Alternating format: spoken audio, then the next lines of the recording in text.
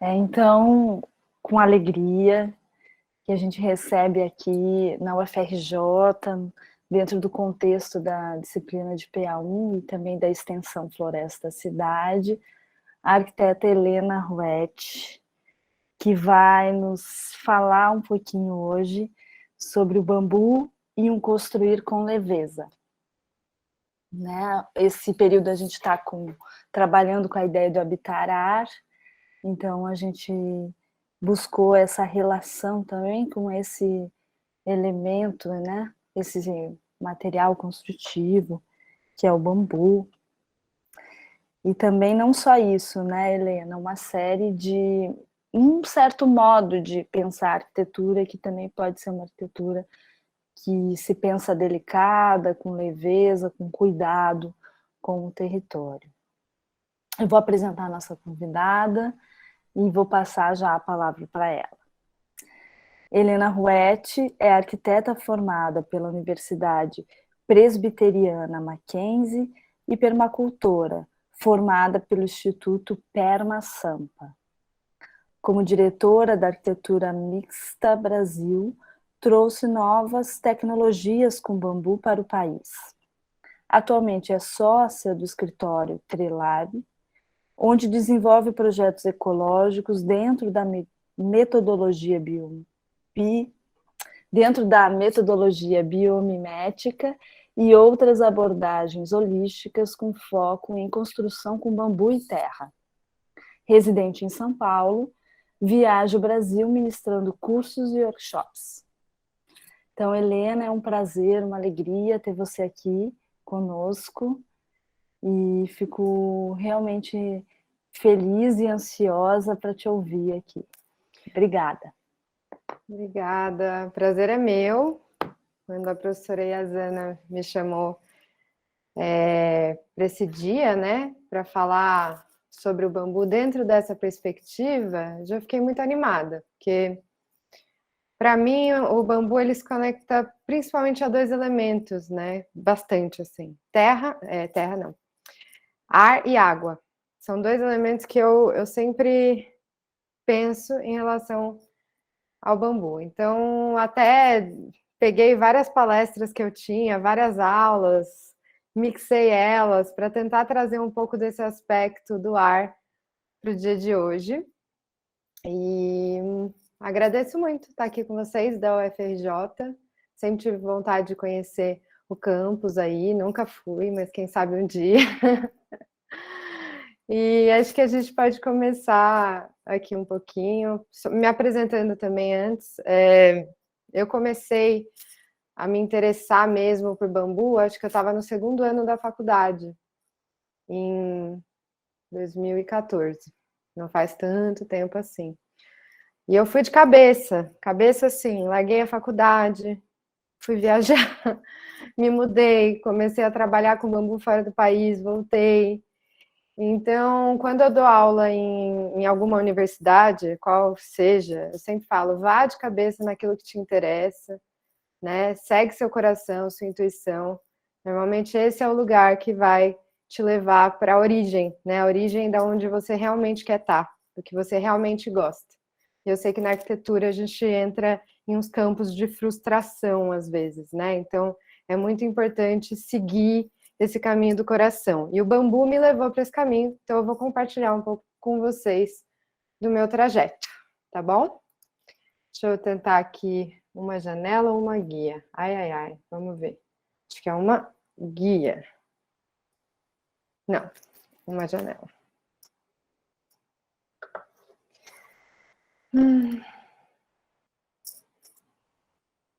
Eita. 2 segundos.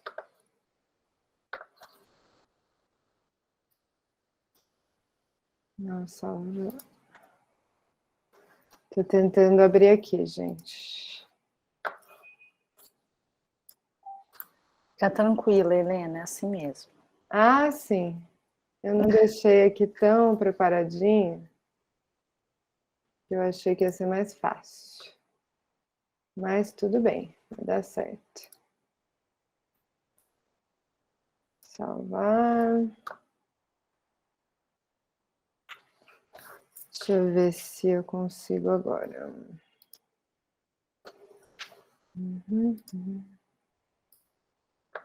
Agora foi. Me avisem quando vocês começarem a ver. Já estou vendo. Tá. Ainda não no módulo apresentação. Agora tá? Agora sim. Beleza. Bom, esse foi um curso que eu dei, que chama Oficina Criativa. É um curso focado para arquitetos, engenheiros, enfim. E é onde eu trago essa questão da autonomia criativa, que é uma coisa que às vezes foge um pouco dentro da faculdade. E é necessário que a gente faça aí um resgate a isso, a essa origem, a esse coração, como eu estava falando com vocês. E hoje eu vou trazer o bambu, né, como elemento de transformação e também com foco no elemento ar. Bom, um pouquinho do bambu e da origem, né? O bambu, ele está historicamente conectado a toda a população que habita a zona tropical do mundo. Esse, por exemplo, é uma obra da Etiópia, que há mais de 3.000 anos é feita assim. E essa obra, né? Essa arquitetura vernacular, ela é pensada e inspirada nas casas dos passarinhos locais. Então, hoje em dia, quando me perguntam, você trabalha com biomimética, que é inspiração, arquitetura inspirada na natureza. Você trabalha com bambu ripado. E aí você olha para essa arquitetura vernacular, você entende que não é um negócio que estou criando da minha cabeça e de hoje. É uma coisa que está conectada ancestralmente, né, conosco, assim. Espera só um pouquinho que eu... Deixa eu ver se essa é a apresentação correta, que eu estou achando que não é. Não é a apresentação correta. 2 segundos, eu vou ter que fechar, porque eu estava olhando. Gente, desculpa. Vou começar de novo, tá? Eu estava com a apresentação errada. Deixa eu ver aqui.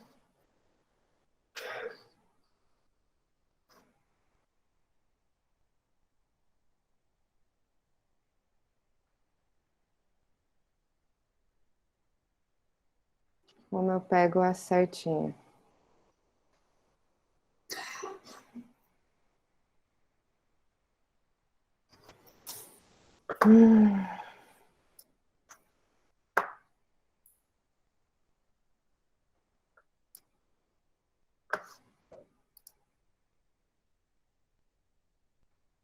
Agora sim. Tava passando e vi que não estava certo.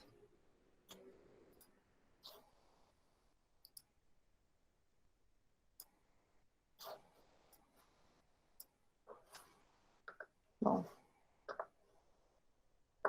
PDF. Estamos vendo. Certo. Agora, como eu faço para aumentar o PDF, vocês sabem? Que eu não costumo apresentar PDF. Preciso... Deixa eu ver. Editar, preencher, exportar.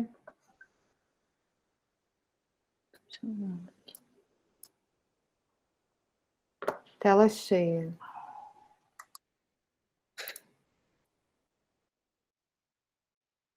Eu posso ir passando assim, vocês conseguem ver? Ou Sim, conseguimos. Tá. Alguém sabe exatamente para ajudar a Helena? Se eu não me engano, o atalho é Ctrl L. Ctrl R? L. L. Não foi. Ou Ctrl H também. É que eu tô num Mac. Eu acho que é Ctrl L. Ctrl L. Eu não sei. Não. Bom, eu vou passando aqui. Se vocês estiverem conseguindo ver, é isso que importa. Eu acho que... Isso, então vamos embora. Visualizando, senão... Aquela história do bom é inimigo do ótimo. Exato. Mas tudo bem. Bom, seguimos aí, né, falando sobre o bambu e a localização, né, onde a gente costuma trabalhar com bambu no mundo, onde o bambu nasce no mundo, e ele nasce em toda a zona tropical. Então, a gente tem no mundo inteiro mais de 1.300 espécies. No Brasil, a gente tem 232, mas enfim, isso também é um pouco incerto. E o interessante, né, é que o bambu, ele é uma gramínea, então literalmente uma grama, né, que enrijece, é muito resistente, muito flexível e é perfeita para o uso na construção civil. Então, como uma grama, cresce em abundância e precisa ser podada, diferente da árvore, por exemplo, né? Quando a gente tem uma árvore, a árvore ela tem uma meia-vida longa, ela precisa dessa nutrição, ela tem um tempo, você precisa, enfim, tirar uma, plantar outra. No caso do bambu, isso não acontece, né? Então, por isso, é um bambu também, é um material também que a gente chama do material dos 1000 usos, que eu posso desde ter uma casa com bambu, a minha roupa de bambu, um papel de bambu e por aí vai. Tem um poema que eu gosto muito que chama Ode ao Bambu. E são páginas e páginas falando de todos os usos possíveis com o material. Para a construção civil, né, a gente tem 4 principais bambus. E aqui a gente tem a imagem desses 4 bambus. O guádua, que é um bambu que nasce na região amazônica. O asper, que é o bambu que a gente costuma trabalhar bastante aqui no Sudeste. O moçô, né? E o vulgaris, que é um bambu que algumas pessoas usam para construção, mas eu não costumo usar tanto assim. Esses bambus são os principais para a construção civil no Brasil. Não significa que não existam outros, né? Ou que a gente não possa utilizar outros. Do ano passado para esse ano, foi aprovado a ABNT do bambu.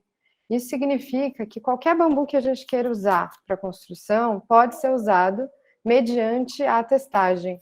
E normalmente todas as universidades têm o necessário para fazer a testagem desses bambus. Então isso é bem interessante também, quando a pessoa pergunta, mas eu posso trabalhar com bambu? É possível? Enfim, é possível sim.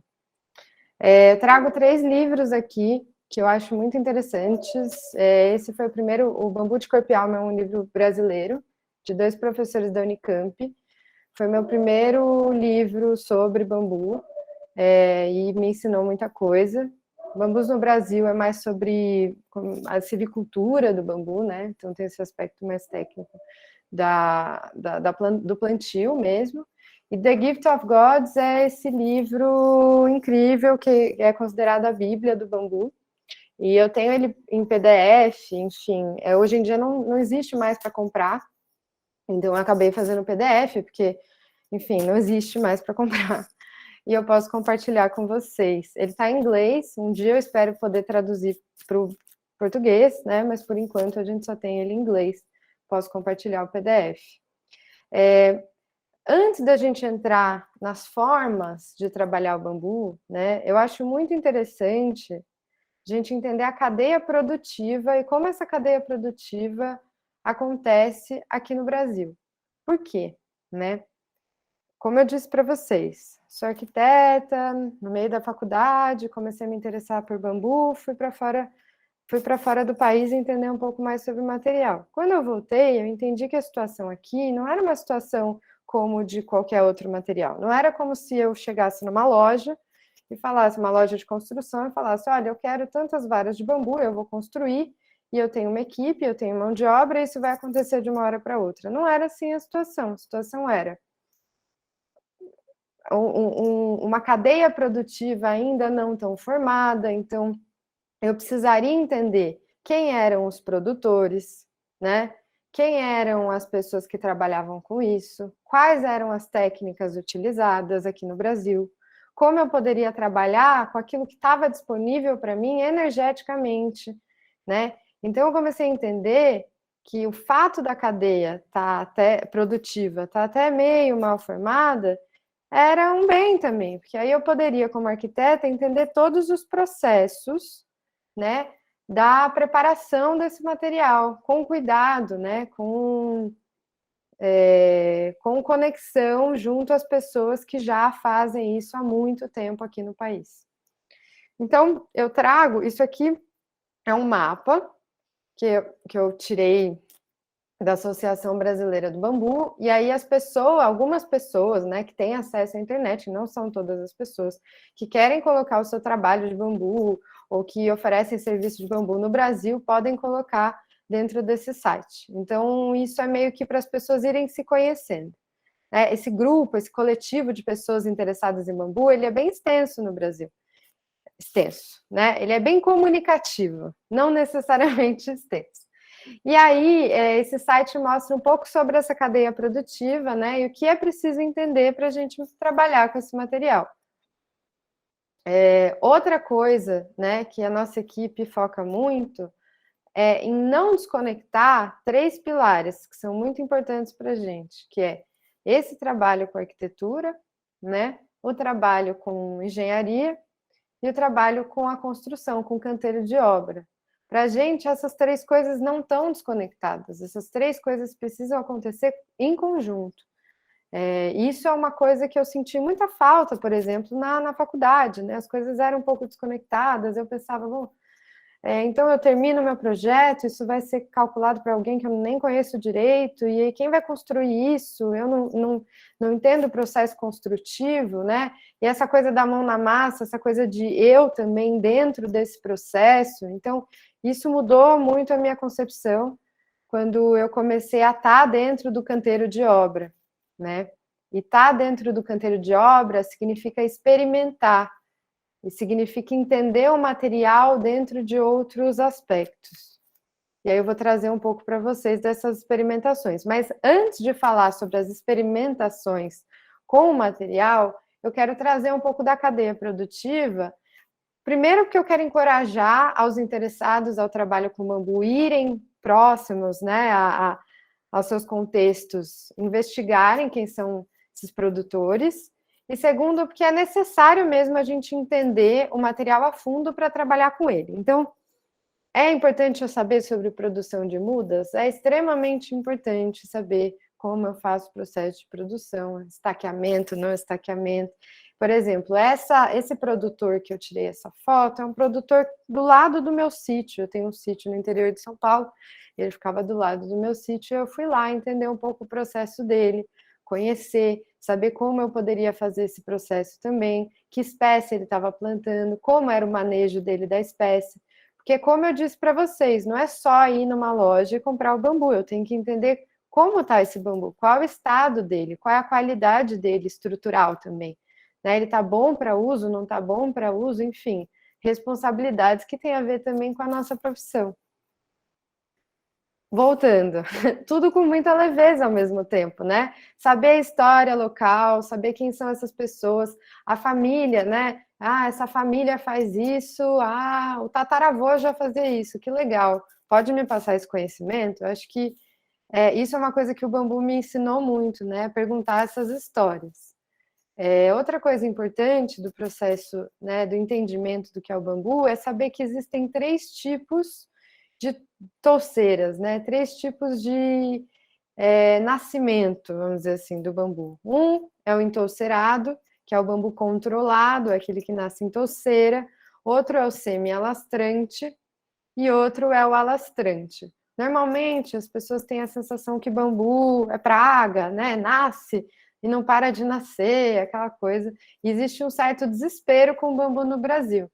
Então, para tirar esse desespero, eu precisei também, até para conversar com as pessoas que eu iria trabalhar junto ao bambu, precisei entender um pouco mais sobre plantio, né? Então, tá, eu tenho o bambu que alastra infinito, eu tenho o bambu que entoucera, que protege o bambu que alastra de alastrar, eu tenho o bambu que é semi-entoucerado, então ele alastra, mas ele alastra contido, né? Quais são esses 3 tipos e como eu posso trabalhar com eles? E quais desses 3 tipos podem ser usados também para construção, que é o meu foco de trabalho. né? Não vou dizer para vocês que dentro disso já ouvi muita história boa, né? Por exemplo, né? Quando a gente fala de corte de bambu, existe toda uma mística de cortar o bambu nos meses sem R, que são os meses com menos chuva, né? E de cortar o bambu na madrugada, né? Por exemplo. E aí eu fui entender na Colômbia que toda essa, por um estudo de uma universidade lá de Cali, que toda essa mística que existia no corte do bambu, né? Essa relação com a água tinha a ver literalmente com o peso da água, né? Então escolhiam meses onde o bambu estava mais seco, né? Para eu conseguir fazer um corte melhor, para eu conseguir fazer um tratamento menos intensivo. De madrugada, porque de madrugada o bambu ele bombeia a água para baixo, então também o bambu estaria mais leve.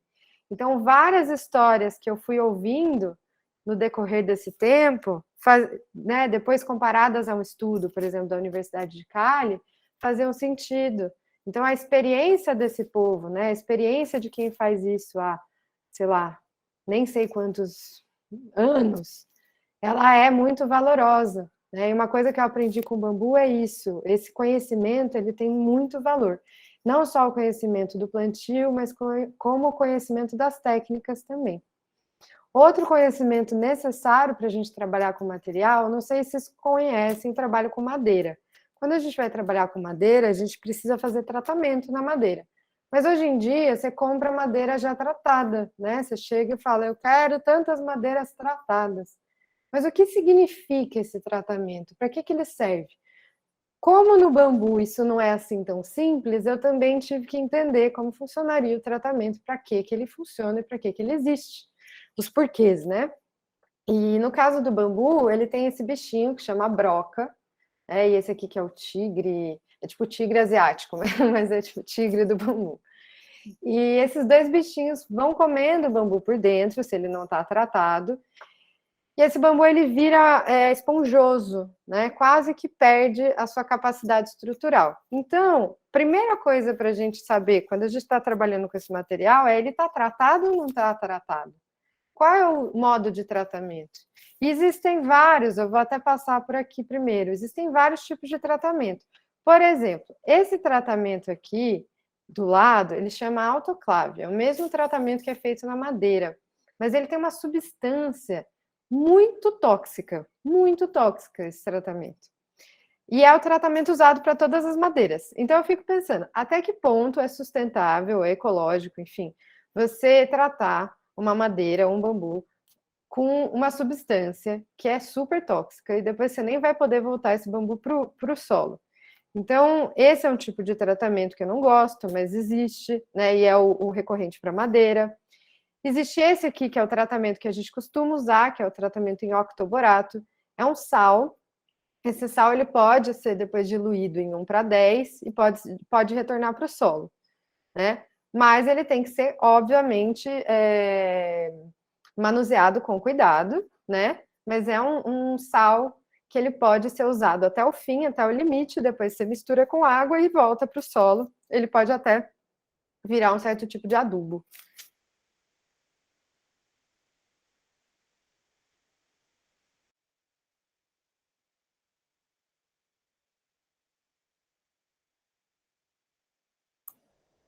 Helena travou.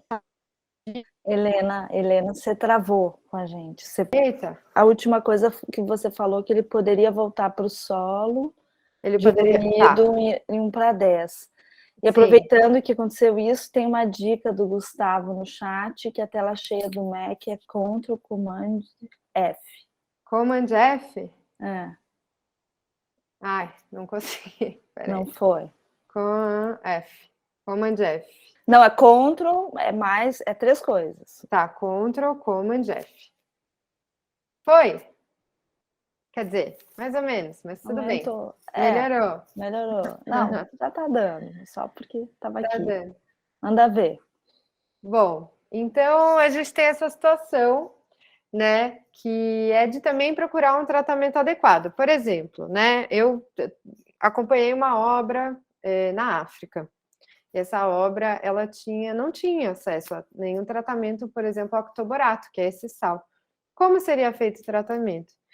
Lá, naquela localidade, pessoas sabiam que dava para ser feito o tratamento na água do mar, que também é um sal, e que isso mudava o gosto do bambu, né? Literalmente ele tirava o doce dele, que é o amido, que é o que o bichinho gosta, deixava um amargo, e isso tratava o material. Então existem outros tratamentos alternativos. Se eu estivesse perto do mar, talvez eu tratasse com a água do mar, né? Então existem outras opções. Existem outros tipos de tratamento também, por balde, por capilaridade, né, para não ter que imergir esse bambu todo no octoborato. Existem várias maneiras, mas todas essas maneiras são muito importantes, a gente precisa conhecer todas elas para trabalhar com material, porque isso não está assim disponível 100%, você precisa investigar, você precisa criar, você precisa fortalecer essas redes, né? E processamento do bambu é uma coisa que eu já trouxe, né? Comecei falando sobre isso. Ele pode ser feito de diversas formas, enfim, desde tecido, a papel, a ripa, né? Então, o interessante dessa matéria, né? E agora a gente está entrando nesse campo da matéria, é esse, também a gente entender ela e as modificações dela, a flexibilidade dela. Padronização, né? Vários tipos de padronização. Hoje em dia a gente até consegue comprar alguma coisa padronizada aqui no Brasil, mas isso foi porque estamos conversando, estamos falando há muito tempo, então isso também é um processo. E a parte que eu mais gosto da cadeia produtiva do bambu é a pesquisa, né? Acho que vocês puderam ver que eu gosto de experimentar no canteiro. Experimentar no canteiro significa experimentar tudo, experimentar técnica, construtiva, relações de trabalho, né? Significa experimentar tipos de arquitetura, né? Então, essa experimentação ela não tem só a ver com sustentabilidade e ecologia, mas ela tem a ver também com essa ecologia das relações, né? Que é uma coisa que me interessa muito. E aí voltamos agora para aquele slide que eu iniciei antes, falando sobre essa inspiração, né? Que ela não vem de agora, que ela vem de um processo de construção muito antigo. E essa arquitetura vernacular da Etiópia é um desses exemplos, né? Outro exemplo que eu trago é essa aldeia Cog, que é uma aldeia indígena da Colômbia, que eu tive o prazer de conhecer, e eles constroem com base, eles são uma aldeia ayahuasqueira, né, que é essa substância, que é uma substância de elevação de consciência para eles, e eles fazem a utilização disso e constroem com base naquilo que eles enxergam nas visões deles. Não só nas visões deles, como também nas visões que eles têm que relacionam a construção ao contexto local. O que isso significa? Do lado de Santa Marta tem várias montanhas, né? Então a primeira inspiração para essa construção deles são as montanhas, a montanha de Santa Marta. E eles constroem nesses eixos, né? É tipo esses platôs, que eles acreditam que a gente está nesse platô central, como humanos, e que a gente tem alguns platôs para cima e alguns platôs para baixo, e a gente precisa fazer a conexão, que são essas anteninhas, né, com o cosmos, e a gente precisa canalizar o cosmos para trazer esse cosmos para a Terra. Então, eles gostam de trabalhar com todos os elementos, inclusive ar, mas enfim, eles trabalham com todos os elementos para canalizar esse cosmos e trazer essa sabedoria ancestral para a Terra.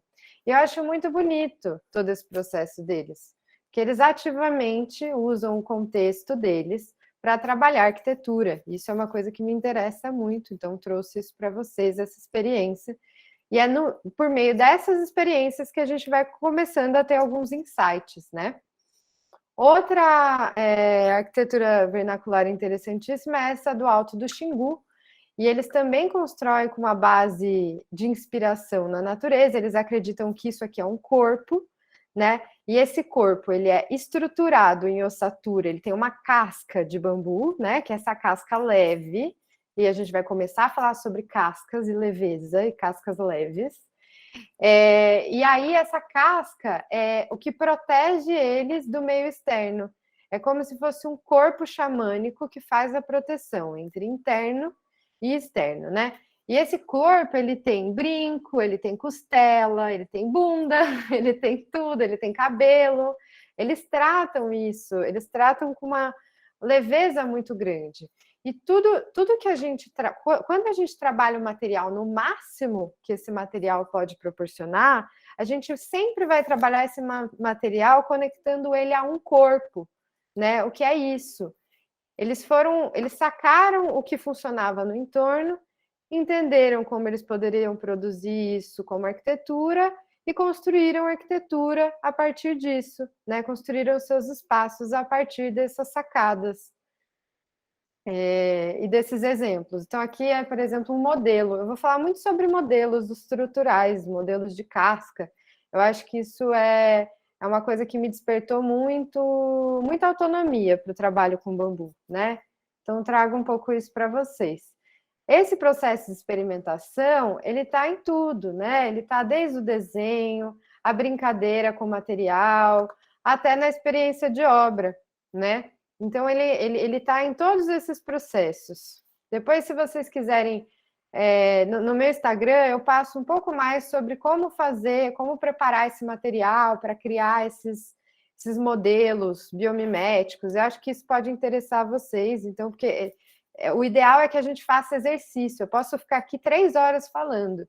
Não interessa, né? O que interessa é vocês botarem em prática, né, esse conhecimento. E irem brincando e mixando as coisas para chegarem na concepção de vocês, na sacada de vocês em relação à biomimética, né, que é a inspiração em conjunto à natureza. Isso foi um curso que eu dei numa universidade de um dia só. E o pessoal já saiu fazendo maquetes super legais, né? A gente coletou alguns elementos, a gente preparou o material e a gente começou a se inspirar em alguns corpos, né? E criar e tecer esses espaços. É um negócio que eu falo do passo a passo, né? Se vocês quiserem acompanhar no Instagram, eu falo, mas eu sugiro que vocês façam, porque isso vai trazendo também levando o material ao máximo dele, né? Que é o que a gente está tentando aqui, falando sobre bambu e ar. É levando essa casca, trazendo essa aparente rigidez para uma leveza estrutural muito grande. Por exemplo, esse projeto, eu estava brincando, eu falei, como poderia ser uma ponte? Eu tenho um vão muito grande, 23 metros. Como será que eu poderia trabalhar isso? E aí começou a sair naturalmente esse modelo, que é um modelo feio, e eu adoro modelos feios, todo mundo tem que fazer. E aí eu comecei a sair, né, pensar esse projeto, que é um projeto que foi feito para um condomínio aqui em São Paulo e tem 23 metros de vão, né? Óbvio que isso passou pela engenheira Bruna, maravilhosa, que trabalha comigo, mas a concepção estrutural, ela vem muito desse processo inicial, né? Nesse processo criativo, que é o que importa também para a gente resgatar, né? No nosso trabalho, enfim, no nosso servir, né? E aí pensei nas teias, das aranhas, e por aí vai, e fui tendo várias ideias para a concepção desse projeto, e para resolver, né, porque é isso, a inspiração na natureza, ela serve para quê? Para ajudar a gente a resolver algumas questões, tanto de ordem estrutural, quanto de ordem de relação pessoal, enfim. Então, o bambu e a inspiração nas estruturas naturais, né? Como é isso? Como isso conversa? Isso conversa muito bem. Porque eu estou falando de um elemento extremamente estruturante e flexível, né? Junto a veios, né? Trabalhando nesses veios estruturais. Isso funciona muito bem, é muito bonito esse processo conjunto. Então, eu trago aqui tudo que está em cima como está abaixo, tudo que está embaixo como que está em cima, para a gente entender que existem coincidências estruturais, matemáticas, enfim. Para eu falar sobre isso, eu precisaria ficar aqui mais 3 horas também. Mas existem coincidências que estão aí prontas e disponíveis para a gente começar a trabalhar junto a elas para a concepção dos nossos projetos, das nossas estruturas e por aí vai, e das nossas relações.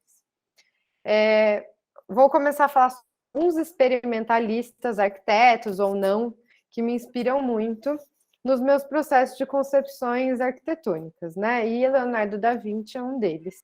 E essa vontade dele de pesquisar e de estudar coisas que nem fazem, às vezes, tanto sentido. E é isso que eu sugiro para vocês. Por exemplo, ele entendeu que existia um símbolo que chamava o símbolo Flor da Vida. Esse símbolo é um símbolo usado no Egito há 3.000 anos, e interessou muito ele, aí o entendimento disso, o entendimento estrutural disso, e ele começou a brincar disso, né, e tentar criar estruturas, modelos a partir disso. Mas ele fazia isso com tudo, né? O Leonardo da Vinci, bom, como será que eu poderia criar uma ferramenta que fizesse o homem voar? No que será que eu vou me inspirar? Ah, tá, vou me inspirar num morcego, vou me inspirar em um pássaro, né? Então, o Leonardo da Vinci, ele tinha essa leveza no brincar, né? Que é uma coisa que eu queria trazer para vocês, né? Porque é preciso, para a gente criar coisas e experimentar, a gente precisa dessa leveza no criar. É possível? Não sei, né? Vamos testar? Vamos experimentar? Então, aqui eu trago um projeto, que é o Mirante Vila Flor, né? Que foi também com essa... Eu peguei essa base da Flor da Vida, me interessou muito, falei, bom, Leonardo da Vinci fez porque eu não posso, não é mesmo? E comecei a brincar disso e tentar criar guias estruturais para o projeto, né? E criar maquetes, criar modelos, como isso funcionaria, como isso se estruturaria, como eu poderia levar o bambu no limite dele para estruturar esse projeto sem ter que colocar, por exemplo, um pilar central, né? Quais seriam os modos, e aí foi todo o processo. E o processo significou eu também estar ativamente presente ali no canteiro. Por quê? Porque não tinha um guia, não tinha alguém ali, um profissional que falasse para mim, eu te asseguro que isso vai dar certo, né? Não, vamos, eu acho que isso vai dar certo, isso está calculado, isso está estruturado, aparentemente funciona, mas vamos fazer o processo no passo a passo, vamos estar ali no canteiro de obras. E aí isso foi subindo, foi se estruturando, e isso foi sendo testado em maquete, isso foi sendo testado em cálculo estrutural, e eu fui entendendo que o negócio funcionava mesmo. E aqui é o resultado de como ficou esse projeto, né, que foi feito a muitas mãos, e ele foi executado como processo de um curso. Eu adoro esses cursos, porque esses cursos são onde a gente se libera, né, para experimentar aí quase 100%. E é muito gostoso. Então, eu entendi que essas pétalas, né, quando eu estava fazendo a maquete, quando eu comecei a entender o projeto, elas talvez... Eu teria um problema estrutural aqui no centro. Então, bom, vamos criar um elemento que feche, né, essas duas vigas ripadas. Essa viga ela precisa estar conectada nesse ponto para funcionar. E aí na maquete você começa a colocar peso em cima e você começa a sentir qual é o máximo que esse material pode te oferecer, né? E quais as formas que ele pode ser usado. Então, quando a gente entra nisso, a gente entra no bambu como casca estrutural, né? Esse projeto eu tive o prazer também de participar no México. E o interessante é que ele está sendo usado no máximo dele, né? Como essa casca, como esse diafragma, né? Isso surge com Félix Candela, né? Acho que vocês conhecem esse arquiteto paraboloide hiperbólico. E acho bonito a gente ler isso. Não se pode imaginar uma forma que não necessite de uma estrutura ou uma estrutura que não tenha uma forma. Toda forma tem uma estrutura e toda estrutura tem uma forma. Dessa maneira, não se pode conceber uma forma sem se conceber automaticamente uma estrutura e vice-versa. Então, a gente às vezes tem medo, né, de estruturar as coisas. Não, isso seria impossível, é impossível, eu não consigo. É preciso uma coisa muito complexa para me ajudar a estruturar. Na verdade, toda essa concepção prévia estrutural, ela está nas nossas mãos, na nossa experimentação, no teste, né? Óbvio que isso depois vai passar por uma calculista, mas eu não posso entregar uma coisa quadrada para ela e falar para ela, faz isso. Não é assim que o processo funciona. O processo começa na brincadeira, o processo começa na leveza, né? Então, aí a gente tem essa casca feita em concreto, né? Aqui a gente tem a casca feita em bambu. Isso também foi um desafio. Será que é possível fazer em bambu o que foi feito em aço, em concreto? Ah, mas, bom, o bambu muitas vezes reage como aço, então é possível sim. Vamos testar? Vamos experimentar? Né? Então, também quero trazer para vocês essa leveza na tomada de decisões, né? Como depois que eu entendo o que é uma estrutura em casca, eu posso brincar com infinitos tipos de casca. Posso levar essa casca para um lado, para o outro. Uma casca é uma dobradura, né? O que é uma dobradura? Porque quando eu pego um papel e esse papel está reto na mesa, e quando eu começo a amassar, ele começa a se estruturar. O que significa essa estruturação, se não a minha criação conjunta à estruturação do papel, né? Então, aqui a gente pode, por exemplo, experimentar essa paraboloide de um jeito simples, né? E a paraboloide, ela é essa estrutura duplamente regrada. Vou falar do jeito fácil, né? Ela é uma estrutura duplamente regrada que, por meio de elementos retos, eu crio curvas, né? E aqui, na Casa do Povo em São Paulo, pena que vocês não estão aqui, porque senão eu ia chamar vocês para conhecer, né? A gente fez essa brincadeira de 25 metros quadrados, não é nada, não é grande, nem cobrimos, o que não é ideal para o bambu, mas a gente chamou um pessoal da faculdade, veio fazer essa brincadeira com uma paraboloide. Então, sentir isso na prática é um negócio que vocês podem fazer por aí também, quando as coisas voltarem, né, a serem presenciais, e valem muito para a gente conseguir começar a compreender a estrutura não como algo que dificulta a nossa vida, mas como algo que facilita. Com essa estrutura aqui, eu uso muito menos material do que eu usaria com uma estrutura na mesma metragem quadrada, né, ou retangular. E o que significa? Ah, é lindo, mas não é só porque é lindo, é também porque é econômico, é também porque eu uso menos, né? Também porque eu consigo fazer até mais rápido, mais criativamente, porque eu posso ter várias mentes trabalhando em conjunto. Tudo isso me interessa, tudo isso tem a ver com a prática, né? E é gostoso. Carombé Pecué foi essa obra também, Ilha Comprida, que foi inspirada tanto na Fibonacci, né? E eu tenho essa brincadeira, eu gosto de brincar com esses regramentos antigos da Grécia e tal, mas também como com a tartaruga, né? A tartaruga, o peixe, a espinha do peixe. Então, a ideia era jogar essa viga curvada em compressão, acho que tem 14 metros, 13 metros, ponto 6, alguma coisa assim. Será que é possível? Será que não é possível? Bom, se é possível com a tartaruga, né? Por que será que não poderia ser possível na construção? E aí, por um entendimento estrutural também, né, todo esse processo conjunto, a gente foi criando isso através de um curso, o que eu gosto muito, que tiveram muitas pessoas envolvidas no processo. Eu estou aqui com o construtor, a Bruna, como engenheira também na obra, praticando, e eu aqui também para a gente decidir como seriam as amarrações, como seriam as conexões, né? E o legal dessa obra é que depois quem fez a cobertura, deixa eu ver se quem fez a cobertura, a gente botou os caibros, foram os Guarani-Mbiá, né, que são da região, porque eles trabalham muito bem com sapê, e eles olharam a estrutura, acharam muito interessante, falaram, a gente pode vir aqui também? Eu falei, claro que vocês podem vir aqui, como vocês também podem dar uma aula pra gente, né? E quando o João entrou, João mora na aldeia, né? Ele entrou dentro da cobertura, ele falou Carambecué, que é casco de tartaruga. E eu não tinha falado para ele que a inspiração tinha vindo do casco da tartaruga. E ele sacou isso instantaneamente. Então, você vê que a noção dele pela observação, e por ter esse tempo mesmo de olhar, né, esse tempo de sentir, ele já tinha sacado toda a concepção estrutural assim, tipo, em 1 minuto. Então, é isso também que eu trago um pouco para o pessoal que está dentro da universidade.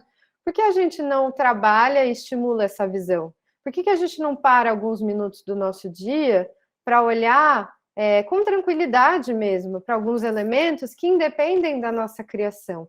Até para a gente conseguir copiar com inteligência e amor algumas coisas que funcionam há milhares de anos. Então, quando alguém me pergunta o que é biomimética, né? Trabalhar inspirado na natureza, é literalmente observar aquilo que já existe há muito, muito, muito tempo e o que funciona, com certeza, por isso existe há muito tempo, e conseguir tentar trazer isso para a nossa realidade também, né? Porque a nossa realidade é essa realidade, somos animais, fazemos parte, né, do todo. Então, se a gente faz parte do todo, se somos animais criativos, né, a função é criativamente olhar o nosso contexto. Esse é um outro projeto, que também é uma casca. Esse projeto, ele não teve projeto, né? Eu acompanhei todo o processo e ele foi sendo feito enquanto a gente estava lá, ia sentindo, o Jaime foi guiando, que na época eu trabalhava com ele, da arquitetura mista, e ele foi guiando os processos, ele tinha mais experiência, e eu fui acompanhando também essa leveza que ele tinha em relação a essa concepção estrutural. Todo dia a gente acordava 5 horas da manhã e pensava que, bom, mais ou menos a gente desenhou à mão o que a gente quer, o que esperamos, o que vai ser, e aí vamos tomar essa decisão diária de ir lá e continuar essa concepção arquitetônica e estrutural também. Bom, a crítica em relação a isso, né? A construção de grandes cascas teve seu apogeu na década de 60. Niemeyer mesmo trabalhava com grandes cascas. Seu uso entrou em declínio devido aos altos custos de mão de obra, né? Porque você precisa de uma mão de obra especializada do concreto e das formas e do escoramento necessário.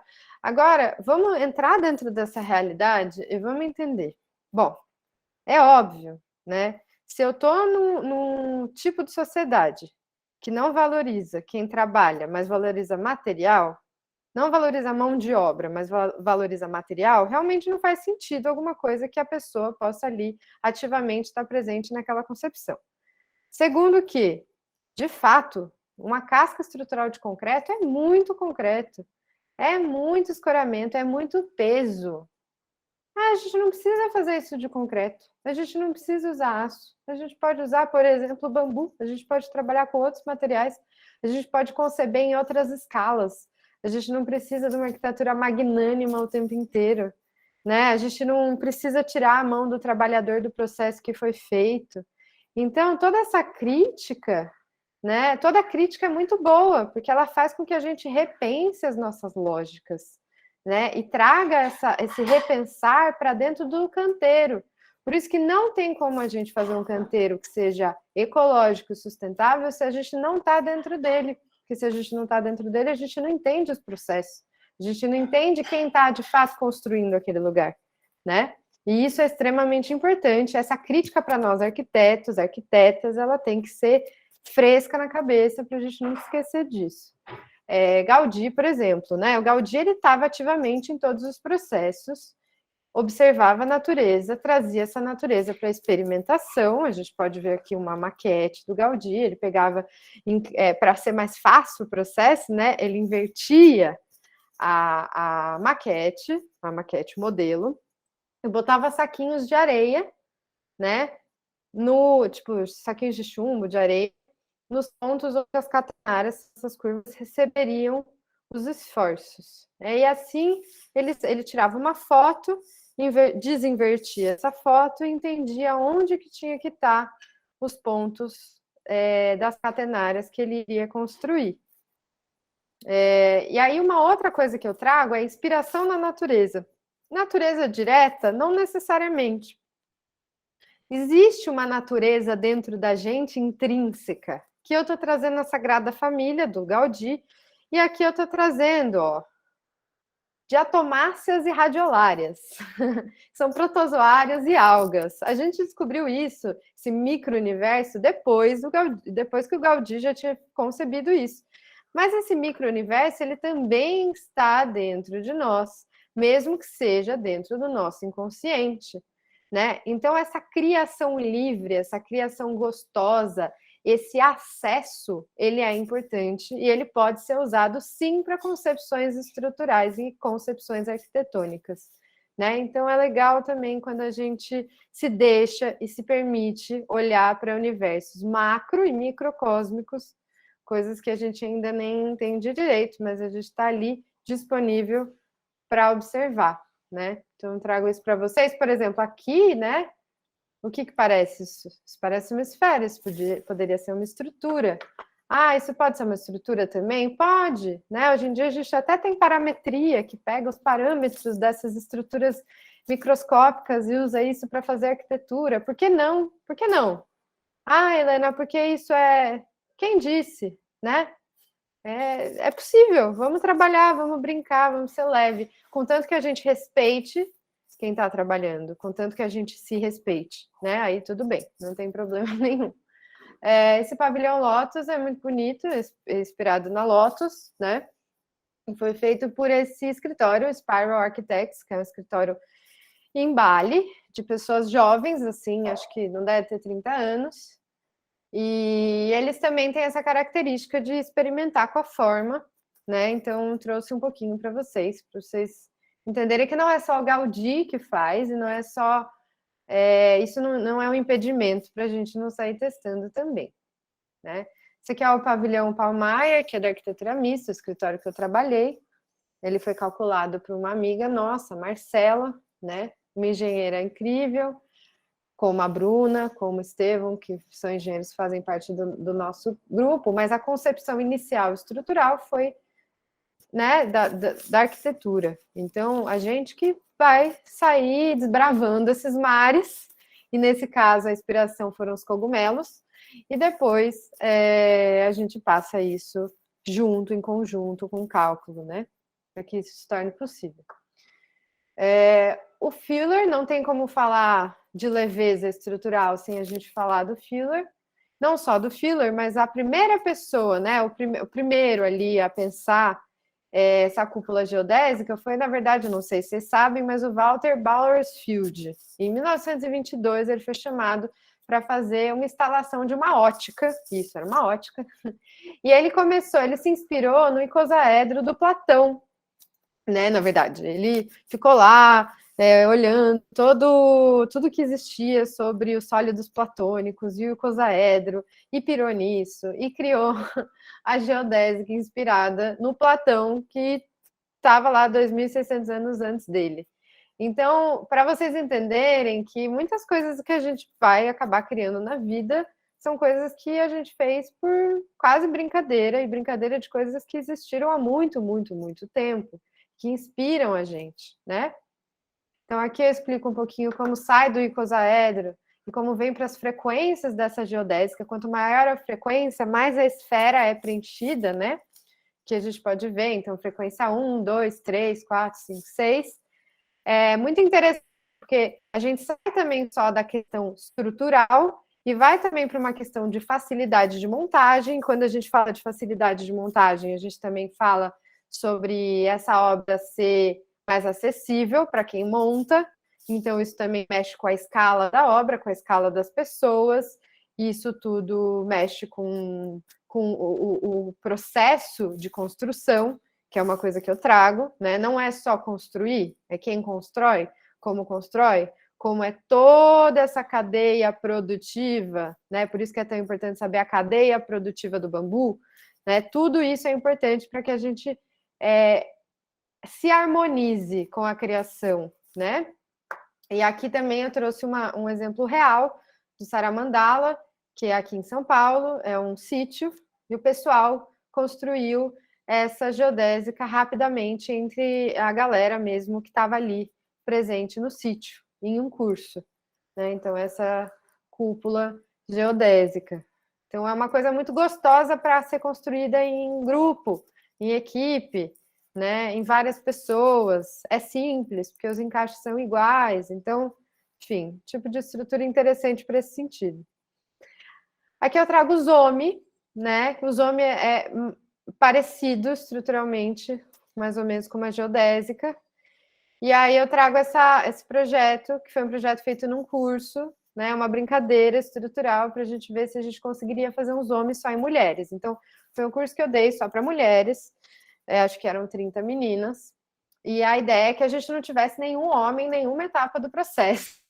Porque quem trabalha no canteiro de obra sabe que é uma realidade ainda muito machista, que só tem caras, né?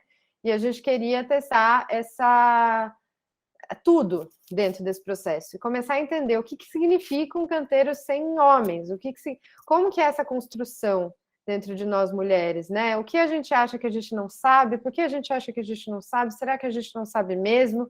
No fim desse processo, a gente chegou num tempo perfeito, a gente finalizou no tempo certo, né? E aí eu entendi algumas coisas. Então, quando a gente experimenta, não só com estruturas, mas também as posições de quem trabalha, como trabalha, a gente consegue chegar em umas coisas bem interessantes que precisam ser pensadas e revisadas. E esse curso foi isso. Inclusive, tinha uma terapeuta menstrual junto, que levou a gente para vários lugares, sensibilizou a gente muito no processo da construção.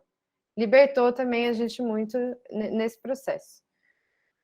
Outro arquiteto que eu trago é lá de Dieste, e as paredes conoides, né, que são paredes inspiradas também na conoide. A conoide, ela existe, ó, vocês podem ver, são curvas que saem do mesmo eixo e são autoportantes, né?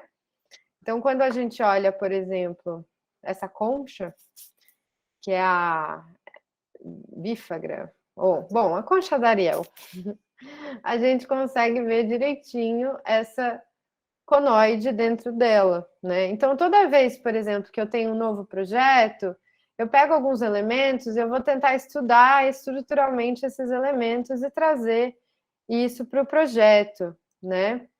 O conoides é um elemento concha que me interessa muito, eu sempre vou atrás.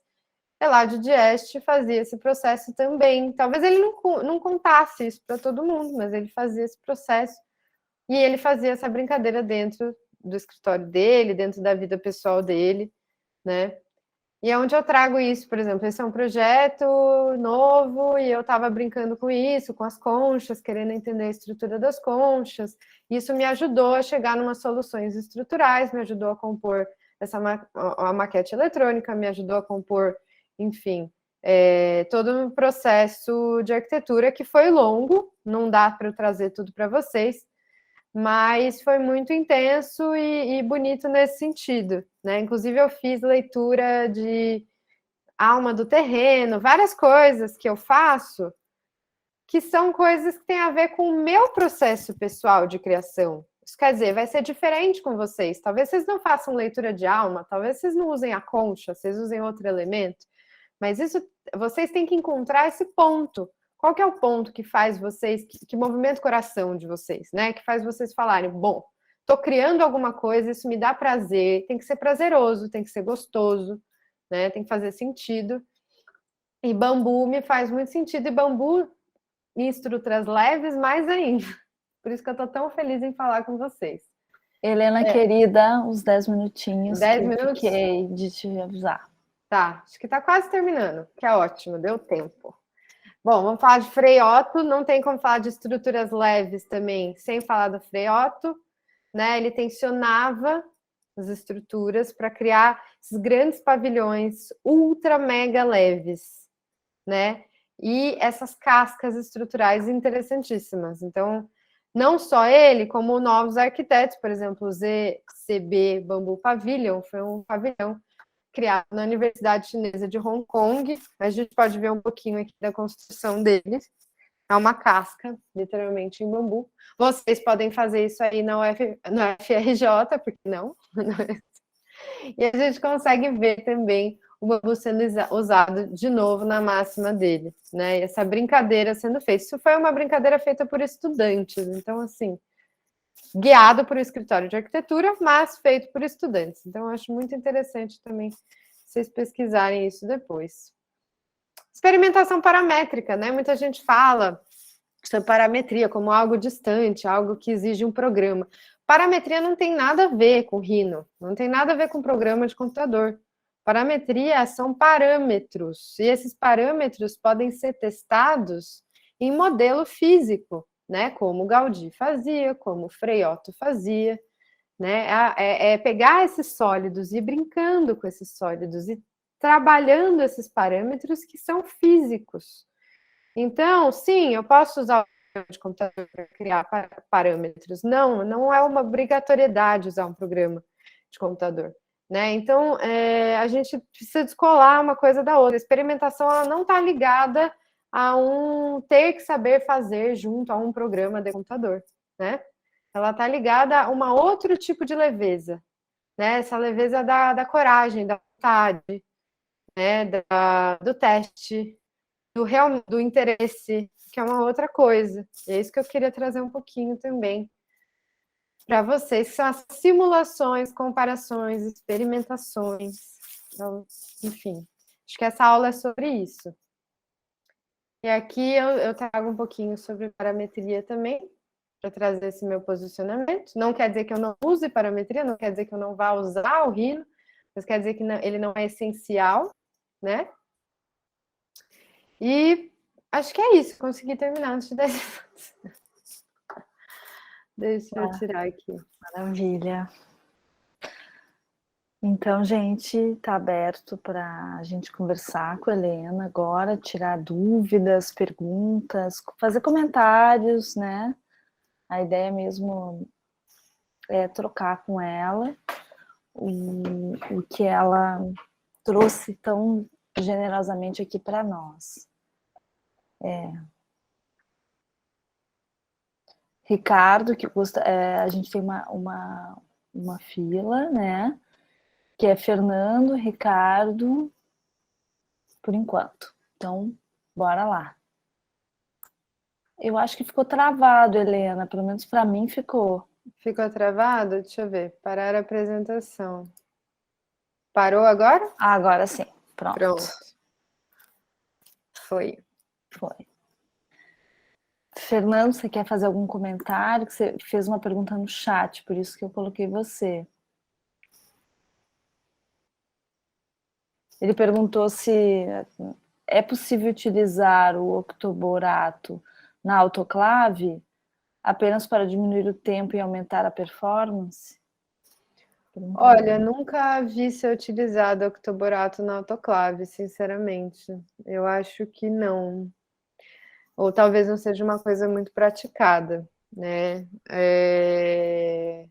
Acho que assim, não faz muito sentido, né? Aí você já pega o octoborato e usa na imersão. Acho que fica mais fácil. Mas hoje em dia tem um produto novo que está vindo da Alemanha, tem um produto novo vindo do Canadá, que ele faz a proteção anti-chamas do bambu e também a proteção contra os bichinhos. Então ele faz as duas coisas ao mesmo tempo. Mas isso ainda não é acessível, então eu tento trabalhar com a acessibilidade, né? Acho que a gente tem que pensar nisso. Gente, vamos fazer perguntas. Ok, vamos lá. Ó, pessoal, boa noite. Primeiro, Helena, parabéns aí pela apresentação, tá? Muito interessante, admiro seu trabalho também, o pessoal lá da arquitetura mista. Eu tenho duas perguntas, né? Uma é relacionada a... Porque eu percebo que vocês utilizam muitas ripas, né, de bambu. Então, Sim. ripas de quais espécies, tá? Que são preferenciais. E se geralmente vocês adquirem as ripas, ou se vocês adquirem o bambu roliço e fazem as ripas no canteiro de obra. É isso. Certo. Ricardo, Obrigado. ótima pergunta. Bom, a gente utiliza, sim, muito as ripas.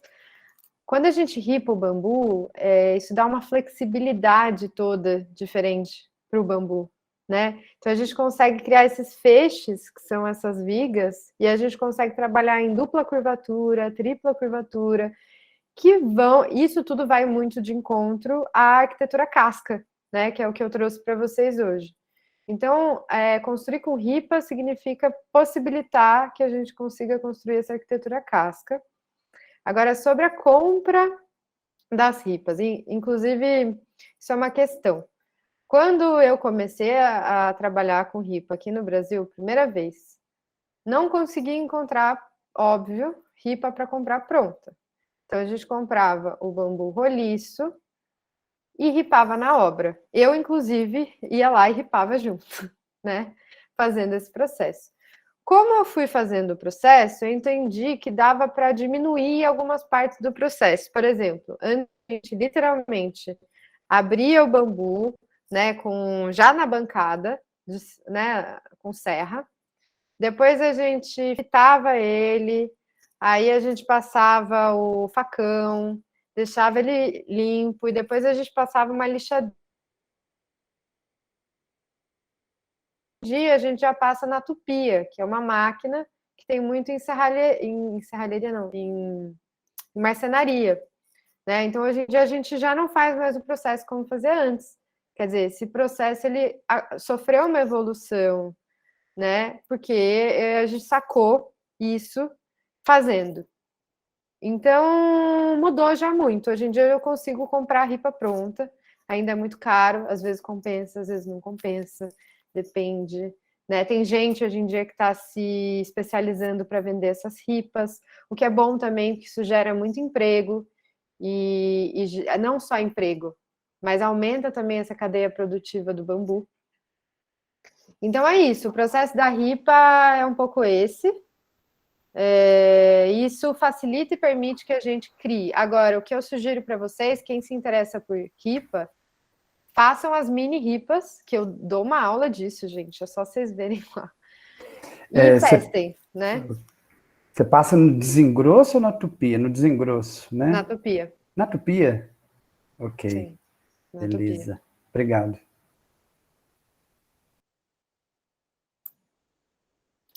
Zerrê. Vocês me ouvem, me veem? Sim. Tá. Então, eu fiquei muito interessada nesse projeto que você mostrou da Casa do Povo, é isso?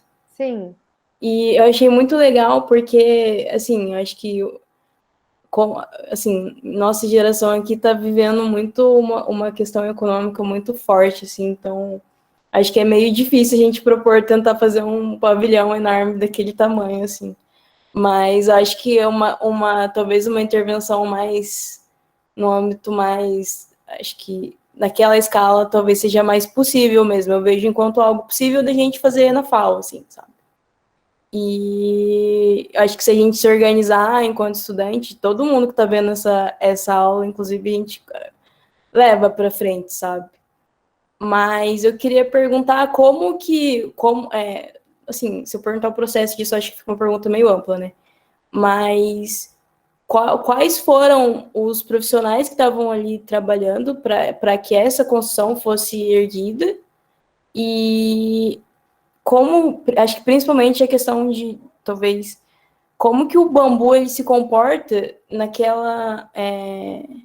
cavado naquele espaço, assim, porque eu fiquei na dúvida, porque olhando assim de fora, como eu não conheço o desenho, nem vi muito por cima, assim, muito a fundo, assim, então eu fiquei muito na dúvida de como aquilo foi construído, foi cavado no chão e ficou ali bem estruturado.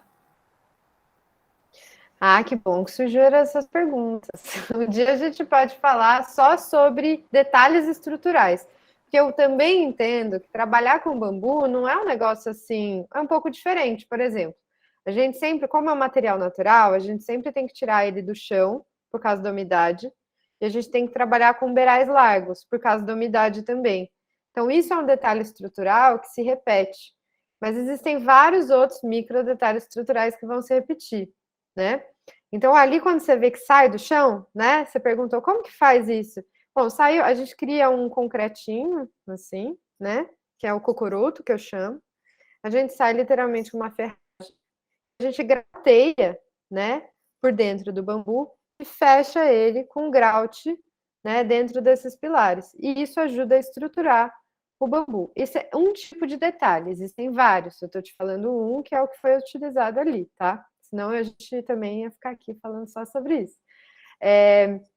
Nesse projeto, especificamente, a gente trabalhou de um jeito legal, que é o jeito que eu mais gosto. Tem uma equipe fixa, nesse caso foi o Pedro Taboca, um colega, amigo, e o Jefferson Cruz, que é o construtor que já fez muitas obras com a gente, né? E o Jeff, ele tem uma metodologia bem legal, que é uma metodologia de ensino no meio da obra, né? Então, ele pega a ferramenta e ele explica e faz você explicar para outra pessoa e a outra pessoa explicar para outra pessoa. Então, de repente, todo mundo está, né, trabalhar com esse material. Então, o que eu fiz? Eu chamei pessoas de faculdades aqui de São Paulo, pessoas do Instagram, né? Quem quer participar? Quem quer aprender? Venham fazer, vamos juntos fazer isso aqui na Casa do Povo. E veio um pessoal que nunca tinha mexido com bambu, quer dizer, né? Que nunca tinha usado ferramenta. E todo o processo foi feito com pessoas que não tinham, algumas conheciam já o material, outras não conheciam, né? Então é muito legal. Quando a gente traz essa coisa do saber fazer, né? Pega alguém que sabe mais sobre a ferramenta, outra pessoa que entende mais sobre o encaixe, troca o conhecimento, vocês conseguem criar grandes coisas juntos. E eu acho que é isso que precisa quando está sendo tratado de algo como uma experimentação dentro de uma universidade, né? Essa troca de conhecimento, de saberes. Mas eu vou passar o PDF para vocês. Se alguém puder até traduzir e traduzir, vai traduzindo, porque tem muita coisa boa nesse PDF de soluções estruturais. Se não, podem perguntar para mim, que eu também fico ali acessível, só me perguntar, e eu explico passo a passo de cada coisa que vocês quiserem. Só me mandar uma imagem. Maravilha. Mônica. Boa noite, Helena. Eu sou Mônica, estou no terceiro período da faculdade. Olha, primeiro, amei sua palestra, foi uma das melhores que eu já vi, tá? Porque, assim, acho que bambu, sério, acho que bambu é um material que quase não se fala. Eu tenho um colega maravilhoso de faculdade, que é o Mal, e ele fez um trabalho super diferente no último período, mas assim, tadinho, super tateando, sem saber como fazer. E a gente vendo você mostrando, assim, eu ficava olhando você, parecia que você estava brincando com aquele joguinho que põe a caneta e vai rodando, e aí formou formas e você botou no bambu. Então, assim, fiquei muito empolgada, adorei sua palestra. Há uns 20 anos atrás, eu fiz um curso de móveis com bambu, na época era super febre e tal, e o pessoal, até quando você falou como eles fazem para não deixar dar bichinho, eles queimavam. Eu não sei se isso ainda é utilizado, né? Eu acho que não deve ser muito legal. Mas a minha pergunta é o seguinte, você faz coisas maravilhosas com bambu, e o que sobra? O que é feito com esse material que sobra? Esse restinho, esses pedaços de bambu que sobram, vão para quê? Vão para artesanato, vão para decoração? O que é feito? Bom, costuma não sobrar muito, porque eu sou um pouco sistemática e eu faço tudo certinho para não sobrar. Se sobra, muitas vezes eu acabo ripando e a gente usa em outra obra. Então acaba não... Essa coisa da sobra não acontece muito, sabe? O que acontece é, Casa do Povo, sobrou um pouco do material. O pessoal usou para fazer uma horta, né? Pode acontecer às vezes de você usar para outras coisas, para outros usos. Sobre tratamento. Tratamento com fogo, ele é usado para o bambu áurea, que é o bambu cana da Índia, né? E para esse bambu, o tratamento a fogo serve, só para esse bambu, que é um bambu usado para móveis. Então, acho que é por isso que você teve essa experiência. Aqui no Brasil, o Lúcio Ventania, ele tem um curso ótimo para móveis. Ele é incrível. É um senhor maravilhoso. Se vocês quiserem entender mais sobre móveis, façam um curso dele, é muito bom, né? Mas é uma realidade diferente da construtiva, entende? Por isso que foi essa experiência. Só uma coisa, não é mais pergunta, não. Não esquece de botar o seu Instagram, tá? Por favor. Pode deixar. Vou botar. Deixa eu colocar aqui. Depois da Mônica, é o Gustavo. Oi, tá dando para mim ouvir? Sim. Oi, boa noite. Primeiro, muito obrigada, Helena. A sua palestra foi, nossa, incrível. Eu sou estudante de arquitetura e urbanismo, estou no período final agora, entrei em TFG1. Eu faço parte de uma pesquisa de bicicleta de bambu, que a gente produziu já um quadro inteiro de bambu, E a gente sempre usa muito, né, a ideia de produzir essas bicicletas de bambu numa lógica de plantar essa bicicleta, né? Ao invés de fabricar. E vendo o seu trabalho, eu vi que você está plantando arquitetura, né?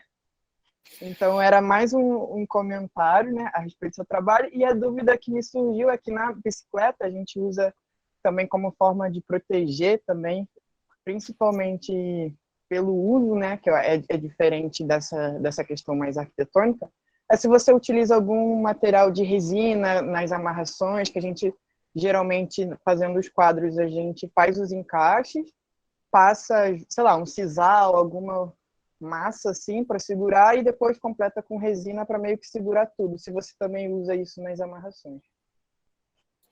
Certo. Nos detalhes estruturais, existem pessoas que trabalham só com amarrações, por exemplo, né? Mas essa estrutura, ela acaba afrouxando em algum momento.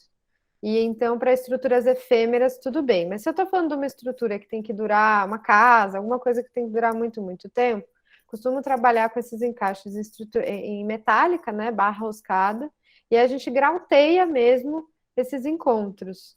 Até para o bambu não ter deformação, uma série de coisas. E também a gente trabalha com alguns elementos de conexão de serralheria, né? Então, os elementos de metálica mesmo.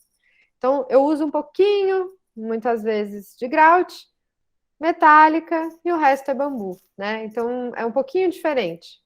Mas muito legal o seu processo. Quero conhecer mais e quero a minha bike também, que eu não tenho ainda. Pode deixar. Cecília? Boa noite. Eu sou estudante de arquitetura também, estou no terceiro período.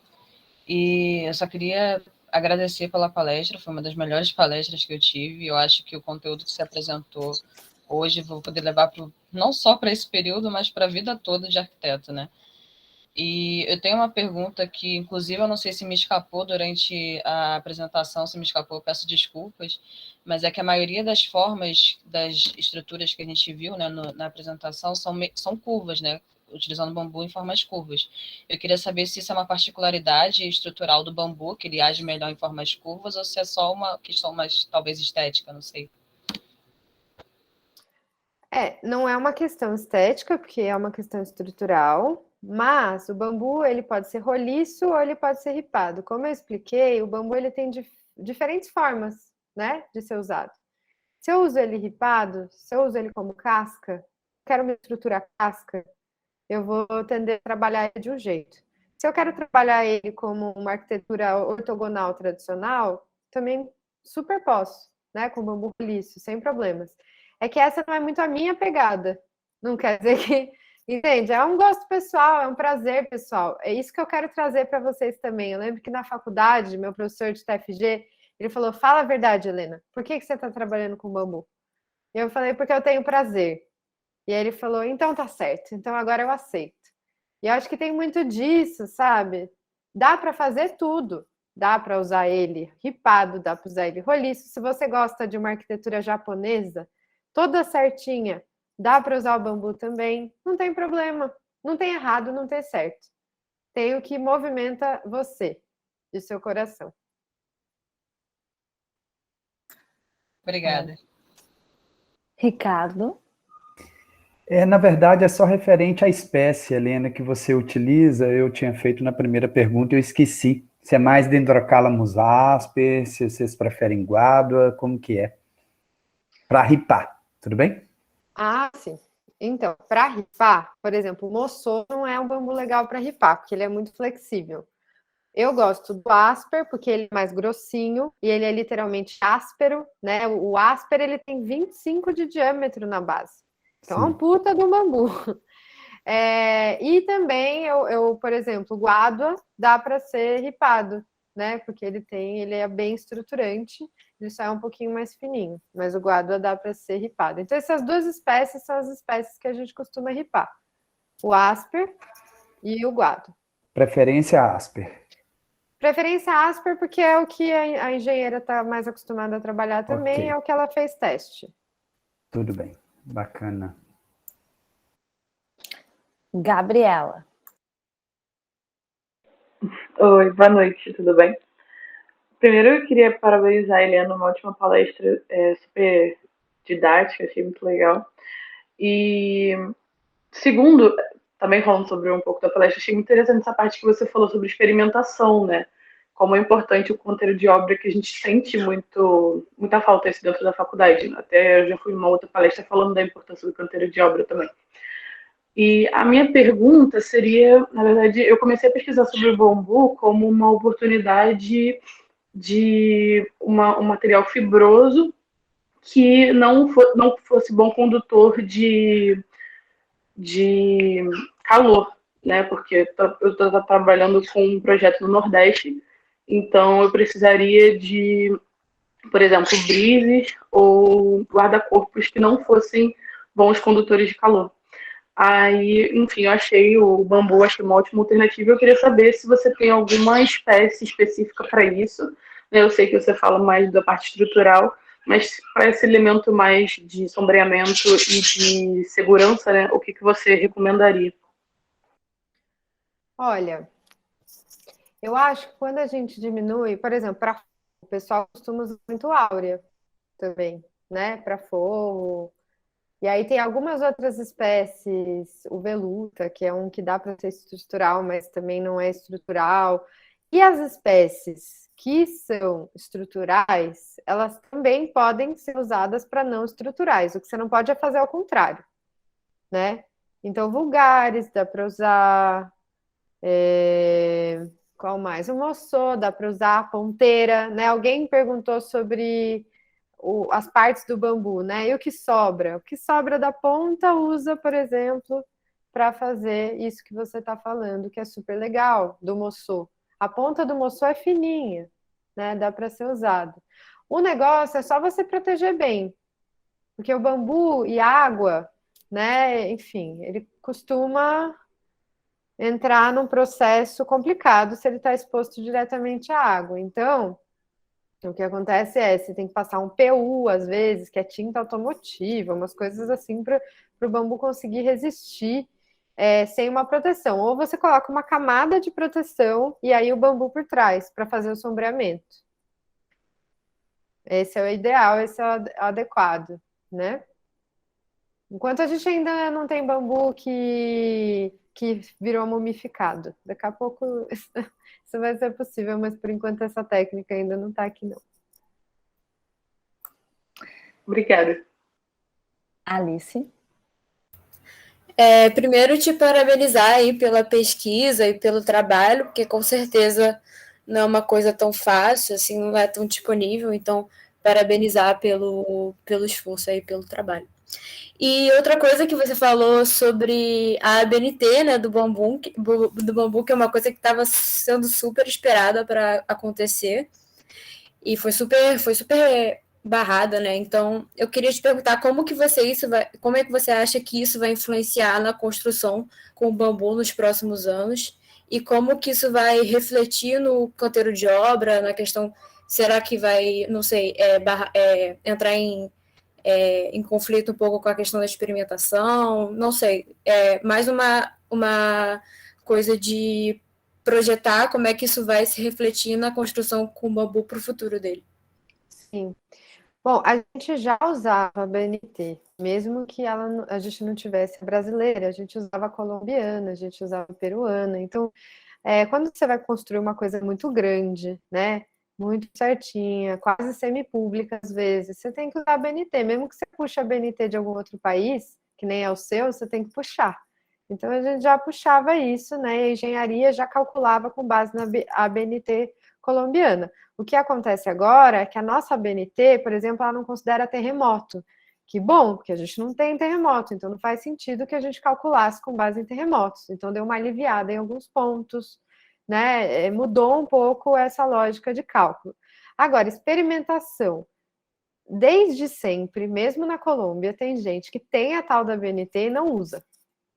E arquitetos conhecidíssimos, né, de bambu, que não, Então, o que eu tento fazer é criar, em conjunto com a engenharia, uma possibilidade da gente mudar as nossas relações e criar uma relação mais pacífica entre nós. E é isso que a gente está fazendo no escritório. Isso não significa que todos os arquitetos que trabalham com bambu sentem isso. Tem uns que falam, não quero saber de aprovação, não quero... É um risco, muitas vezes cai o negócio mesmo. Então, eu já não gosto disso. Eu acho que a gente deveria se ajudar, né? Trocar conhecimento e tal. Então, é só uma postura, mas a postura não vai mudar, entende? A postura sempre existiu, assim, assado. Nem sempre tudo é aprovado na prefeitura. Vocês sabem disso. A vida profissional vai mostrar isso para vocês também. Maravilha. Ricardo está sem áudio, então eu vou ler a pergunta dele. Ele primeiro agradece a sua palestra também e pergunta: por ser um material que responde muito bem à atração e compressão, o bambu poderia ser utilizado, além de alvenaria, coberturas e cascas, como material de escoramento para manutenção de estruturas pré-existentes de concreto armado, por exemplo? Talvez a utilização de bambu nas estruturas de andaimes, em obras e etc. Bom, andaime com certeza. Na China, vários prédios daqueles high-tech, eles fazem todos os andaimes de bambu, e andaimes assim, de milhares de... tipo, 40 andares. Bambu, todo andaime é feito de bambu, então andaime com certeza. Bambu creto, que é o que a gente chama, bambu creto, já é um tipo de especialidade. Tem muita gente que vive a vida para estudar o tal do bambu creto. Eu sou meio assim. Como a gente tem que fazer as aprovações, e eu sou certinha com a BNT, tudo, vocês viram que eu sou meio... Eu gosto de experimentar, mas experimentar contida, né? Também para a gente ir entendendo. E eu faço assim, vamos testar uma coisa aqui, beleza, chegamos num ponto, vamos testar outra coisa aqui, vamos usar concreto um pouquinho, metálico um pouquinho, bambu um pouquinho. Eu gosto de misturar. Ainda não tenho tantas experiências com bambu creto. Não vou dizer para vocês que daqui a um ano eu não vou estar usando. Só vou dizer que ainda não tenho tantas experiências com. Até que me provem o contrário, e aí eu uso.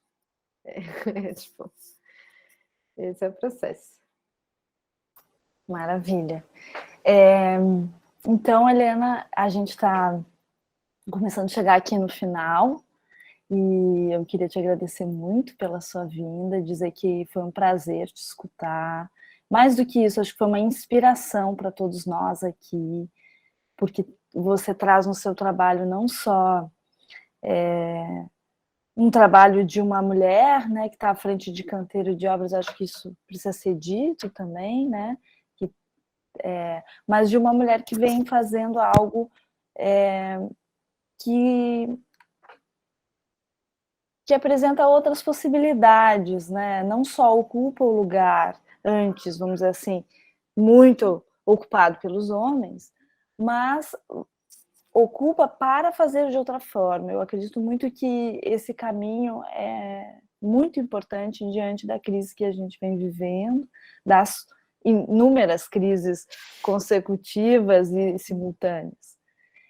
Então, me parece muito, muito oportuno a sua experimentação e também o seu estímulo à experimentação e essa composição com a natureza, a composição de uma aposta singular da sua arquitetura e de não desejar que isso vire, né, um modelo, mas que isso possa ser uma inspiração para que outras arquiteturas singulares possam vir.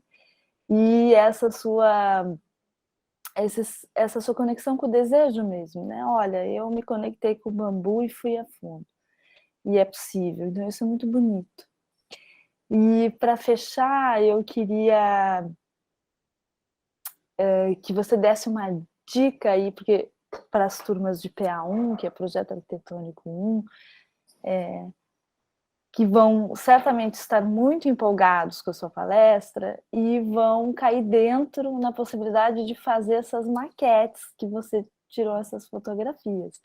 Então, como que você nos dá essa dica de como fazer essas maquetes, essas ripinhas em miniaturas, qual material usar, esses encaixes, qual material usar, essas noções de vão mais feijão com arroz, assim, mais óbvias, para que eles possam já experimentar, depois da sua palestra, imediatamente as intuições e não ficarem travados nessas pequenas coisas.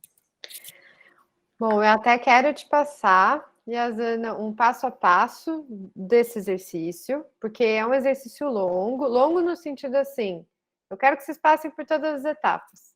Primeira etapa é da sensibilização, aí tem desenho cego de estruturas naturais. Cortou. Primeira etapa. Ah, tá, voltou. Peraí, Primeira etapa é vocês pegarem e se sensibilizarem com o entorno. Então, assim, eu gosto de uma flor, eu gosto de uma planta, eu gosto do meu gato.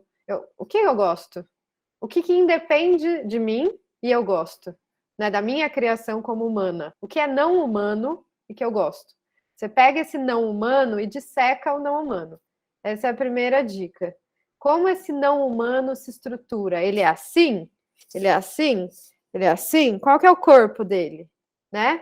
Primeira dica. Segunda dica, que materiais que eu posso recriar esse corpo não humano? Será que esse corpo não humano, ele precisa ser recriado do mesmo jeito que eu estou vendo?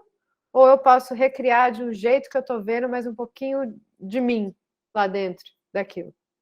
Aí é o segundo passo. Segundo passo, eu preciso criar a ripa, e felizmente eu deixei um monte de aula de graça lá no meu Instagram, explicando o passo a passo da ripa, então vejam a aula e aprendam a fazer. Vocês vão precisar de bambu, vocês vão precisar de um martelete, vocês vão precisar de facão, vocês vão fazer essas ripas facinho. Tem dúvida? Me pergunta, eu respondo. Como que eu uso a base? Eu tenho massinha, eu tenho aí a maquete, gente, cola, eu quero fita, crepe, eu quero trabalhar com anzol, eu quero trabalhar... O que eu vou criar essas conexões? Criatividade nessa hora. Eu gosto de Durepox. Às vezes eu pego o Durepox, misturo o Durepox e uso para fazer base, né? Quero bambu reto, às vezes, para minha maquete. Pega o bambu do palitinho de churrasco. É um bambu que serve. Mas eu vou dar uma dica para vocês. Primeiro, tentem só com ripado. Porque o bambu do palitinho, ele vai estimular que vocês pensem com a cabeça da arquitetura que a gente já conhece. E eu quero que vocês pensem o corpo. Entendeu? O corpo das coisas, o corpo da folha, o corpo da flor, o corpo. É isso que a gente vai tentar chegar, né? E aí, depois disso, eu posso até brincar. Posso pegar todo o corpo tem o quê? Tem osso, tem pele, né? Tem extensão, né? Isso tem o corpo, certo? Então, o que é o osso? É a minha estrutura. O que é a pele? É o que eu preciso preencher minha estrutura para esse corpo ficar rígido. E o que é a minha extensão? É o que protege, né? O pelo, é o que protege a minha estrutura. E eu vou brincando de fazer isso. Vou usar folhinha, vou usar qualquer coisa para criar essa maquete. Tem que ser feia. Se ela for bonita, ela tá errada. Começa por aí também. Se ela for bonita, é porque vocês não estão deixando a criatividade seguir. Né? O tempo dela é rápido, né? É um fluxo. Vocês não podem ficar controlando muito. Se vocês controlarem muito, fizerem muito desenho, não vai dar certo. Tá? E essa é a dica. Agora, se vocês quiserem, acompanhem lá. Eu faço 5 vídeos sobre isso e qualquer coisa, vocês falem comigo e eu passo para a Yazana o exercício passo a passo, por escrito. Ótimo. Maravilha. E os nomes desses vídeos? Vixe, aí nem eu sei. Tem um que é biomimética, outro que é... Tem uns 10 vídeos lá, mas vocês vão... Um dia eu acordei inspirada na pandemia e falei, eu vou deixar vídeo para o povo, e foi isso que aconteceu. Então, beleza. A gente acha, então, pesquisa e acha. Então, eu te agradeço enormemente, Helena. Até a próxima. E vamos que vamos, e parabéns pelo trabalho, obrigado pela generosidade de compartilhar conosco, e que sigamos nessa linha cada vez mais. Eu que agradeço e até breve para todos vocês. Beijo. Beijo. Tchau. Tchau. Tchau, tchau. Tchau. Tchau, tchau, obrigado. Tchau, Tchau, obrigada. obrigada.